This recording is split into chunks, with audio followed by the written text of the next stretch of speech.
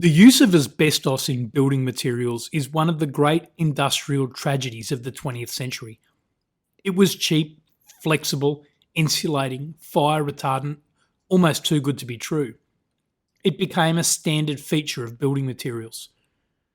By 1961, it was known that prolonged exposure to asbestos dust could cause health problems.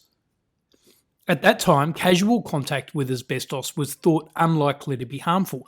Only people like miners or builders who were constantly using the products were in danger. Nowadays, of course, we know that even the most incidental contact with asbestos dust is dangerous. In 1961, Father McNeill, a priest, agreed to help his sister build an extension. His job was to cut asbestos roofing sheets to size and screw them to the frame. The work took a total of about 12 hours. This was his only exposure to asbestos. In 2003, Father McNeill was diagnosed with lung disease. By this time, the extent of the asbestos crisis was known. New South Wales had created the Dust Diseases Tribunal to award compensation for those affected. They made a substantial award to Father McNeill. The company appealed. The key question was about foreseeability. There was no doubt that by 1961 it was foreseeable that exposure to asbestos could be harmful.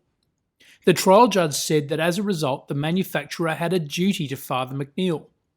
The company said even though they accepted there was a duty of care in 1961 to those using asbestos products frequently, they had no way of foreseeing harm to the casual asbestos user.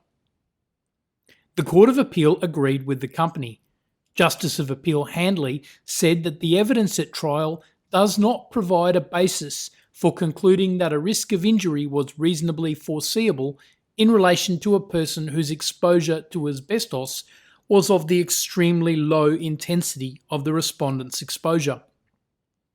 Almost all the references to exposure relate to occupational exposure and to continuing situations of exposure, and while they vary greatly in periods of time and intensity, they were all of a completely different and much greater order of intensity than the exposure of the respondent.